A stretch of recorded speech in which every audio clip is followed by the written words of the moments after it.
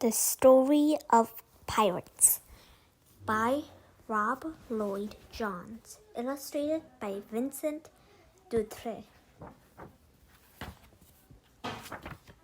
Chapter 1 Ancient Pirates.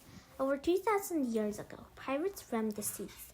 Gangs of bloodthirsty seafarers scoured the coasts of the Roman Empire, hunting for merchant ships carrying valuable cargoes of silver, oil, olive oil, or grain.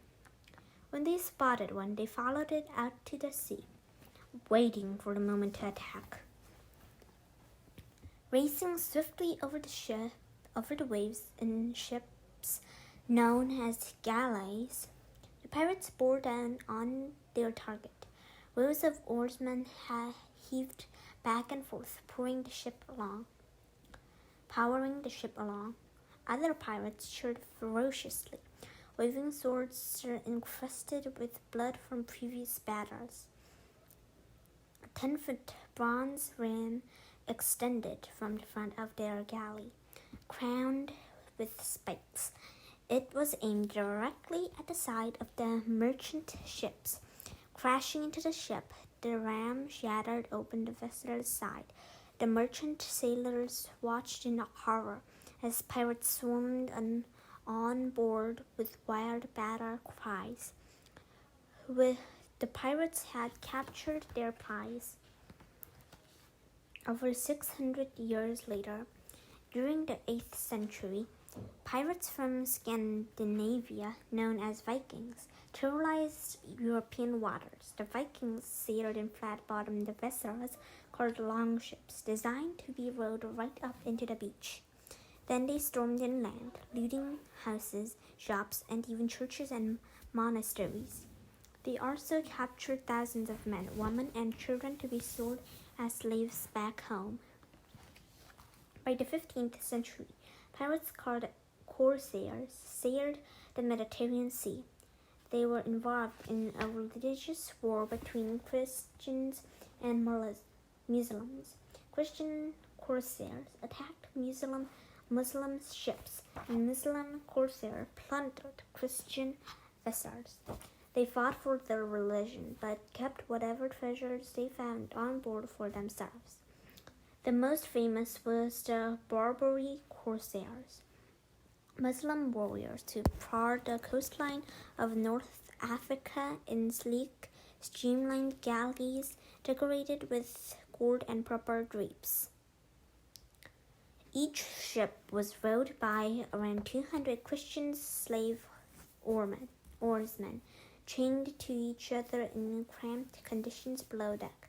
The corsairs treated them cruelly and whipped them savagely. Anyone who collapsed was thrown overboard to drown. Perhaps the most terrifying of them were Aruj and Khayat-din, known as the Barbarossa, which meant Redbeard brothers. The Barbarossas commanded a huge fleet of galleys that attacked Dutch and English ships throughout the Mediterranean, storming on board brandishing curved swords known as scimitars. Their savage appearance often terrified victims into instant surrender. By the 17th century, Holland and England had built strong navies to protect their trading ships, so the corsairs was no longer such a threat. But the other side of the world, new groups of pirates had begun to wreak havoc on merchant ships in the Caribbean Sea. The golden age of piracy had begun. Chapter 2 The Golden Age. In the 17th century, the town of Port Royal in Jamaica was a bustling hive of activity.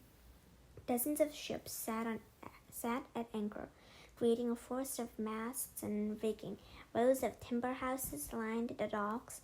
Merchants loaded freights onto their ships. Fishermen untangled nets, and horses pulled the carts over the cobbled streets. Lurking among them were pirates. The tropical Sierra and Jamaica was the ideal hunting ground for pirates ever since Spanish explorers had discovered America almost 200 years earlier. The Spanish government had mined vast quantities of silver and gold, as well as precious jewels from Peru, Mexico, and Colombia. Chests of the treasures were loaded onto Spanish warships, known as galleons, and sailed back to Europe. The ships always followed the same route through the Caribbean Sea, passing Colombia, Panama, Mexico, and then onto Cuba, an area known as the Spanish Main.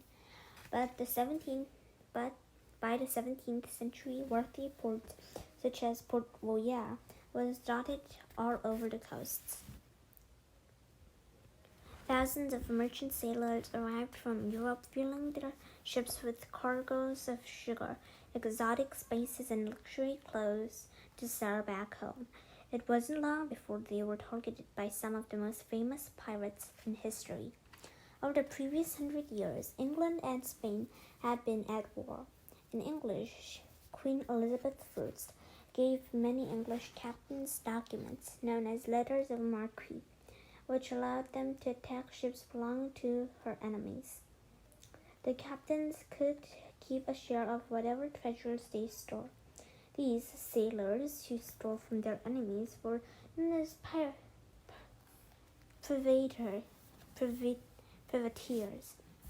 One of the most successful was Sir Francis Drake from 1577 to 1580. He sailed around the world in his ship, the Golden Hind. Along the way, he plundered vast amounts of gold from Spanish warships. On his return to England, the Queen came aboard Drake's ship and rewarded him with a knighthood. A privateer's letter of marque, though, could only be used during wartime.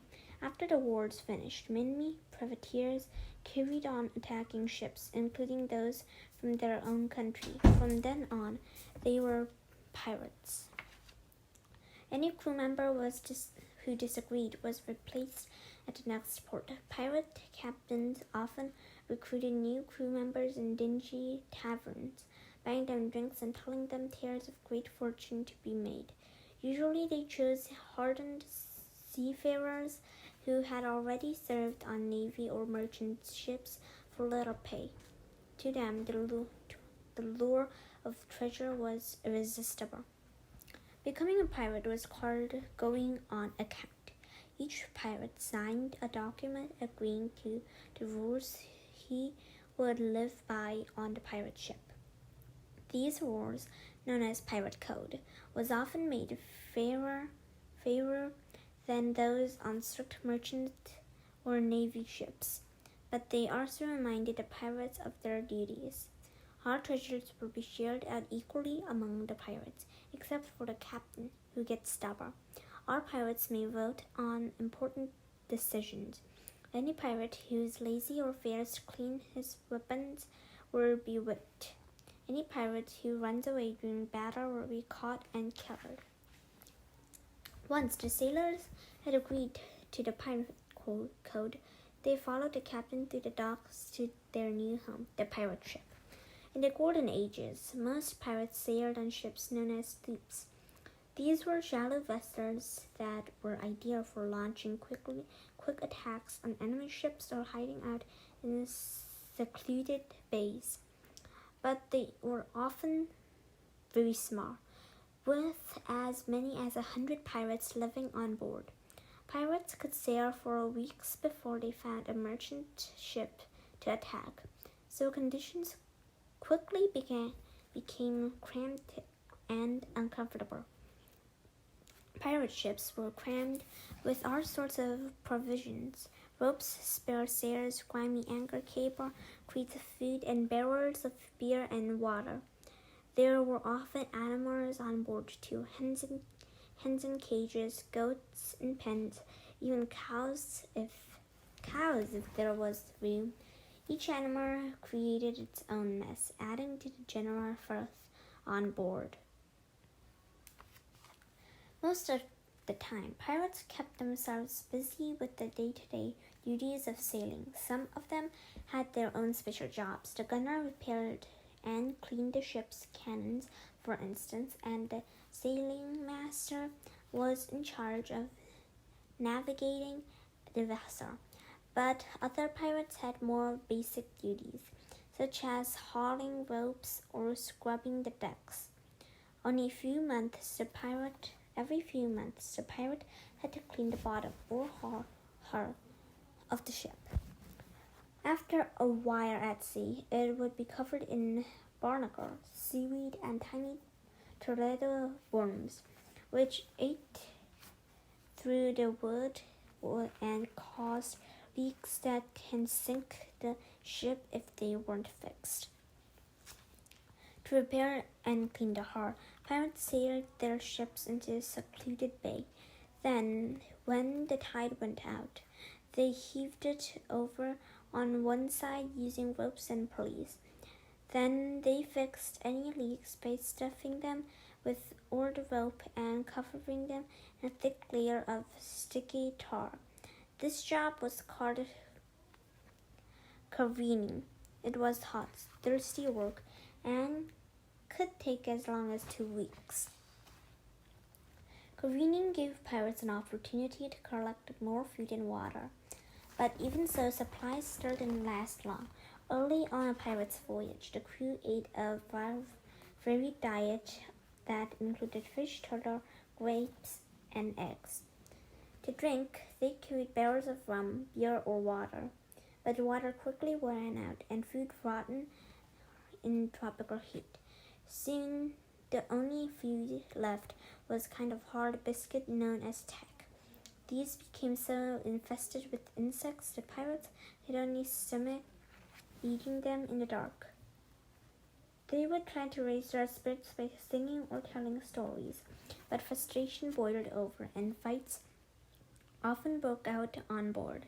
The pirate captain knew that if he failed to find a ship to attack soon, his crew might mutiny, turning against their captain and replacing him with someone else.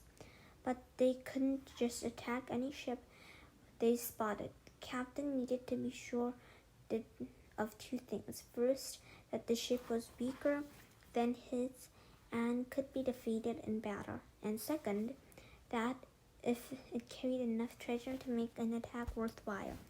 Sometimes pirates followed a potential victim for days, watching them load new cargoes at different ports. Often the pirate captain discussed the situation with the ship's quartermaster, who was the second in command. When he had made his decision, he gave the order, "Prepare your weapons," he shouted to his crew. "Attack." Chapter 3. Attack. Moments before an attack, the deck of a pirate ship swarmed with activity. The crew adjusted the sails, loaded cannons, and prepared weapons: cutlass, swords, daggers, and flintlocks, pistols. Some of the pirates hung 2 or 3 pistols on string around their necks, in case one of them jammed or became wet with sea spray. High above, at the top of the main mast, flew the famous pirate flag, the Jolly Roger. The Jolly Roger was one of the most terrifying sights a merchant sailor can see. The flag's name is thought to have come from the pirate's nickname from the devil, Old Roger. Pirates hoped it would strike fear into the hearts of their enemies, causing instant surrender. The most common version of a flag now shown a scar with 2 crossbones, but many pirate captains adapted it in their own style, with scars and crossed swords, or more sinister symbols such as skeleton or hearts dripping with blood. The sign sailors feared most, though, was the red pirate flag, warning that no mercy would be shown in battle. Merchant sailors could only watch in horror as pirates approached. Their ships were usually too slow to outrun them, or facing the wrong direction to fire the cannons at them. They had few other weapons on board to defend themselves with, and no means of calling for help. Their best chances of survival was to offer the pirates instant surrender, but they knew they might be killed anyway. Suddenly the pirates would be upon them. The pirate ship crashed against the merchant's vessel, running itself alongside. Some of the pirates jammed wooden wedges into the merchant ship's rudder to stop it from steering away, while others tied hooks in the end of the ropes, known as grappling hooks, and hurled them into the rigging. Heaving the ropes, they parted the two ships and, with savage yells, leaped onto the merchant ship's deck. The next few minutes of the pirates' attack would be chaotic. Hungry for treasure, the pirates ransacked the ship, tearing open hatches, emptying cupboards, and smashing crates. Any sailors who resisted were killed instantly and thrown to the sharks. The others were tied up and held captive in the middle of the deck. Some pirates found valuable Spanish coins such as silver piece of 8 or gold double doubloons, but most simply grabbed anything they could sell back on land, spices, luxury clothes, or even just spare sails and old rope. All of this would be divided among the pirates' crew, according to the pirate code. After they had looted everything they could sell, the pirates stored any food and drink on board, as well as any weapons they might be able to use in future attacks. Sometimes they even stored the ship itself, but not often. Pirates usually preferred sailing their own speedy sloops to the larger, slower merchant vessels. Once the pirates had searched the ship, they turned their attention into the captured crew. To replace the men he'd lost in the attack, the pirate captain often invited the sailors to join his own ship. Many accepted, happy to leave behind their hard lives under the merchant captain. Others, though, were made to join. These were skilled men, such as carpenters or surgeons, who were needed on board the pirate's ship. Often the pirate left their victims shaken but unharmed. But some merchants' crew faced a more grisly fate: torture. Sometimes pirates tortured captives for fun, but usually they did it to discover where they had hidden their treasure, using beating, mutilations, or other horrible forms of violence. One woman who refused to hand over her jewels was shoved into a barrel of gunpowder, which the pirates threatened to light. She quickly gave up her treasure, and the pirates set her free. Perhaps the worst fate a victim of a pirate attack could suffer, though, was to left to die on the desert island, a punishment known as marooning. While some desert islands had fresh water and shade from the sun, most were simply empty sandbanks in the sea. Anyone left on one had little hope of being spotted or rescued by a passing ship. Instead, they faced a slow, agonizing death from dehydration or sunstroke. Usually, pirates left marooners with a pistol and a single bullet to use on themselves.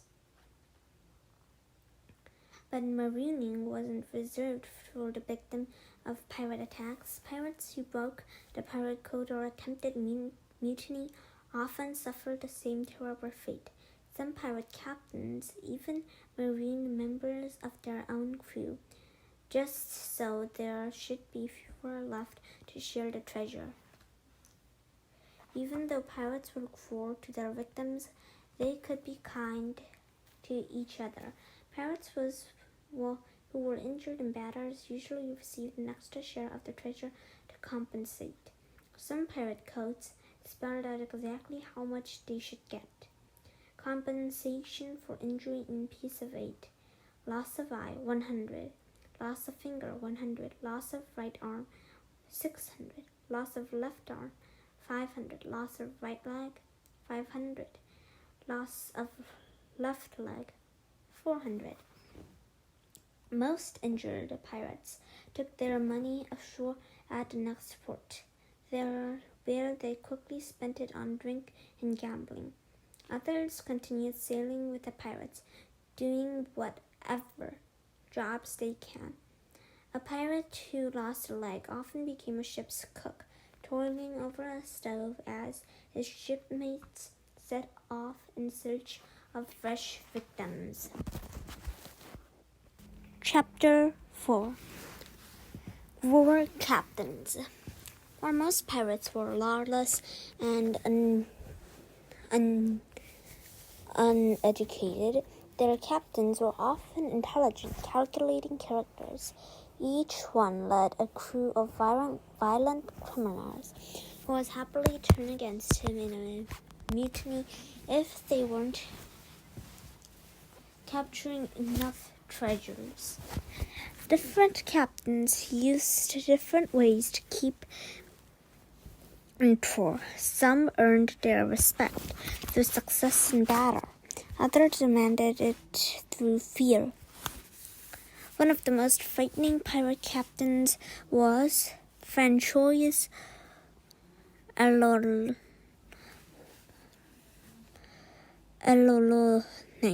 a French pirate who terrorized the Spanish Main in the 17th century. After capturing a ship, Alolones treated its crew with savage brutality. He sliced their flesh from their arm, set them on fire, and much worse. Even so, Alolones' fearsome reputation really made his enemies surrender. They knew he would kill them anyway, so fighting back was their only chance.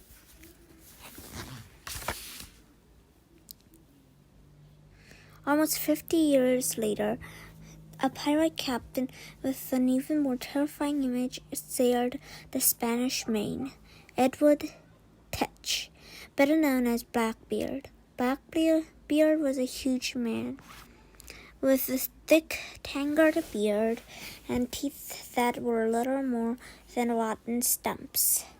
Anyone who saw him in battle swore he was the devil. Before each attack, he twisted lengths of fuse into his hair and set them alight. This charged into battle engulfed in clouds of smoke. Unlike Francois Alanaise, though, Blackbeard rarely harmed his victims. Instead, he used their savage appearance to force them to surrender.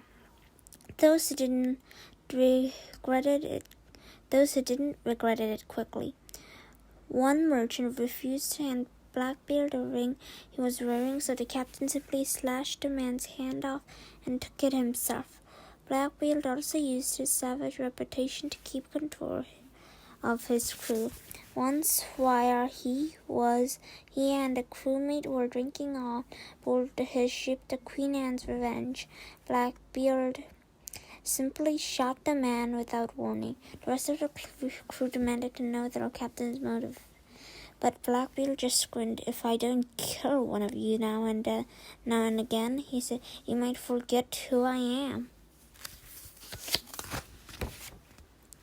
Just like Jack Sparrow.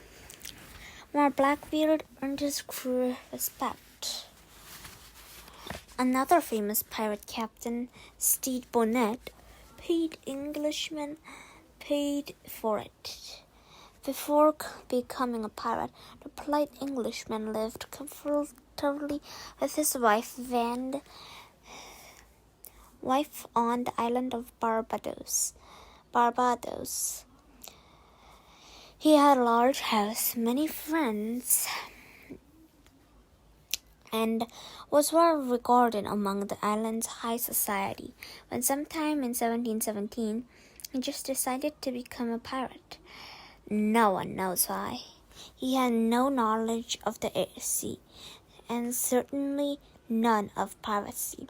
Rather than stealing a ship like most pirates did, Bonnet bought one for himself. Then he rounded up 70 vagabond sailors from the islands and paid them to become his pirate crew. The sailors were happy to accept Bonnet's money. They guided his ship along the east coast of America, attacking merchant vessels at his command.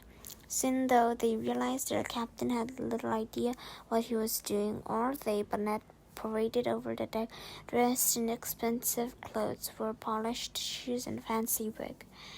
Then, one day in 1718, they sailed into the Bay of Honduras, and their ship came face to face with one belonging to pirate Blackbeard.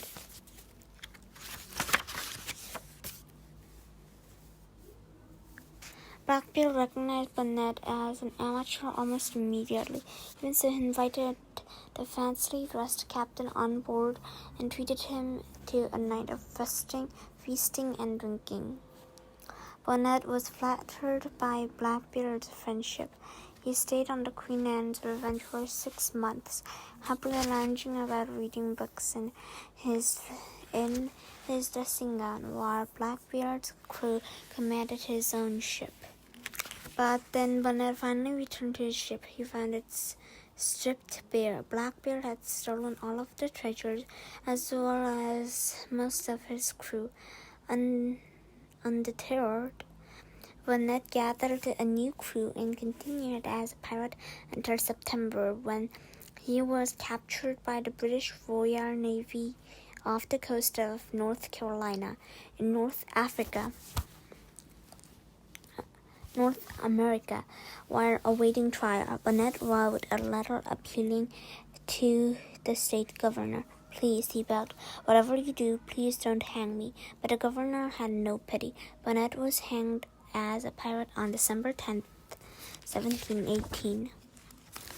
Blackbeard died the same year, but in very different circumstances.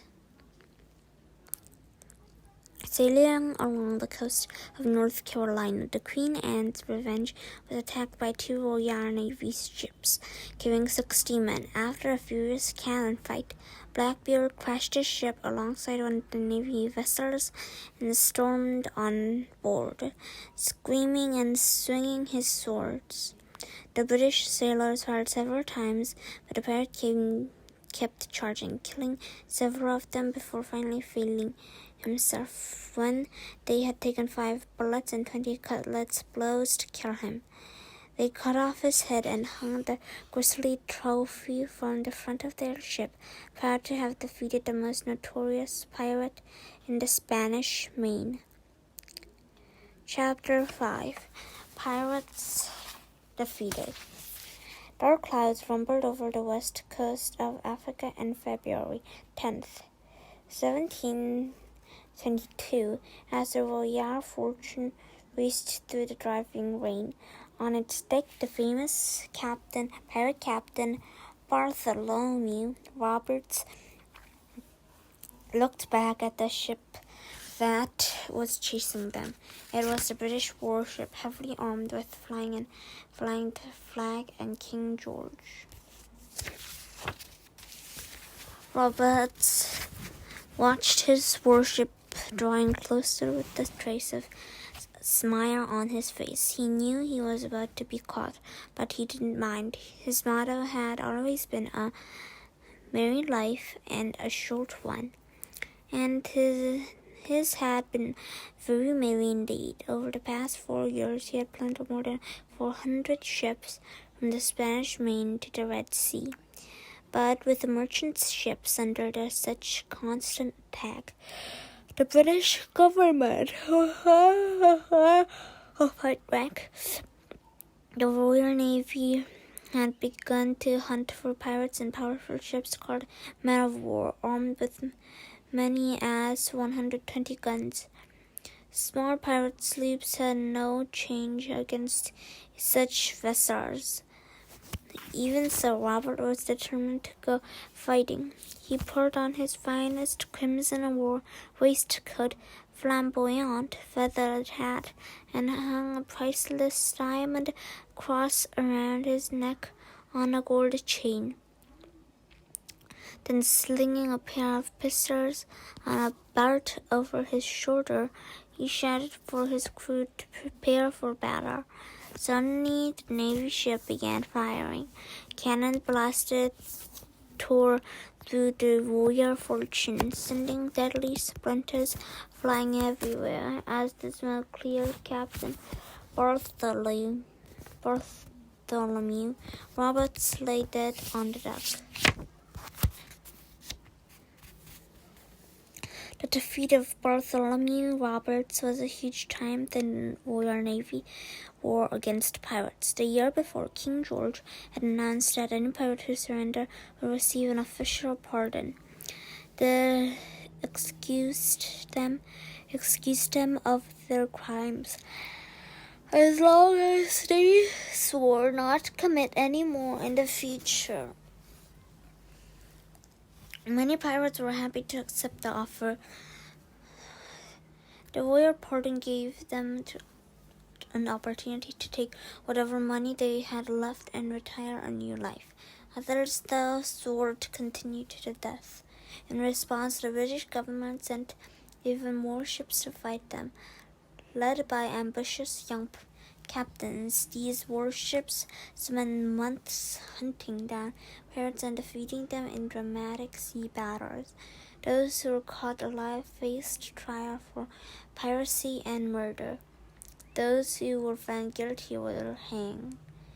Between 1716 and 1726, more than 400 men were executed for piracy. Some of the hangings took place in towns along the east coast of America, or the Caribbean ports such as Port Royal. Other pirates were taken back to England in chains, where they were executed in front of huge crowds. The most famous pirates to be hung in London was the English captain William Kidd. Like many pirates, Kidd had begun his career as a privateer before turning to piracy in 1698. Sailing in a ship, the Venture Galley, he attacked vessels from the Caribbean to the Indian Ocean. Before his capture a year later in Boston, North America, Kidd's death was typical of many pirates of the Golden Age. After almost a year locked in a dark, dank prison cells with little food or water, he was clamped in the chain and carried into a court of execution dock, a site beside the river Thames where all pirates were hung.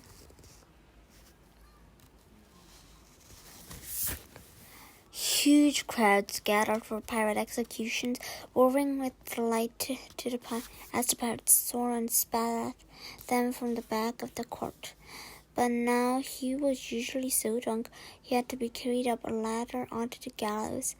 As the hangman slipped a noose around his neck, then he was pushed from the ladder to hang. Any friends in the crowd would rush forward, pulling his legs from below to quicken his death.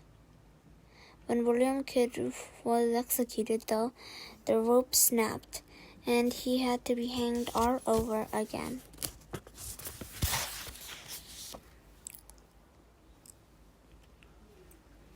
After the death, William Kidd's body was coated in thick tar and clamped into the iron cage beside the river Thames for as long as 2 years, a grisly warning to all sailors that the great age of piracy was over.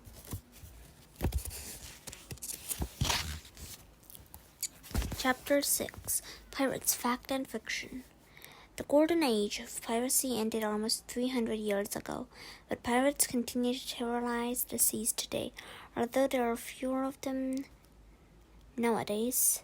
Nowadays, modern pirates still operate in the Caribbean, as well as in the waters around Southeast Asia and South China Sea.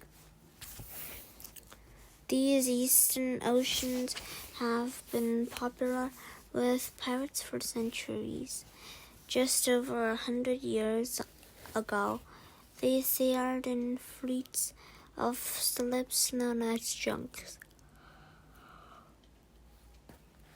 The most powerful Chinese pirate captains commanded over 800 junks and had as many as fleets surrounded merchant ships, forcing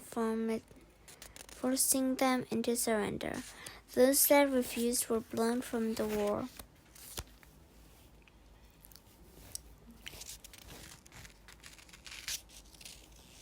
Today's pirates operate in much smaller groups. Instead of sailing ships, they use speedboats to sneak onto ships at night. But the most famous pirates remain those on the Golden Age. Many of the myths about these men came from modern movies and books and poetry when as comedy characters or even swashbuckling heroes. The best-known pirate story ever is probably Treasure Island.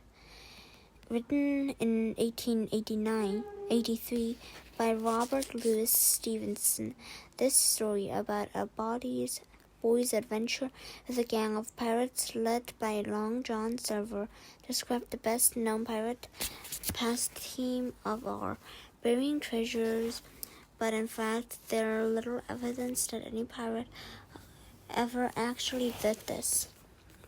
Most of them prefer to spend the new treasure that they store. Similarly, pirates could walk the plank, carry parrots on their shoulders or have hooked hands and eye patches. Some of them did have wooden legs, but not as many as you'd think from stories such as Treasure Island or Peter Pan. Real pirates drank a lot, cursed a lot, and killed a lot. They weren't heroes at all. They were brutal and bloodthirsty villains. The Story of Pirates by Rob Lloyd Jones.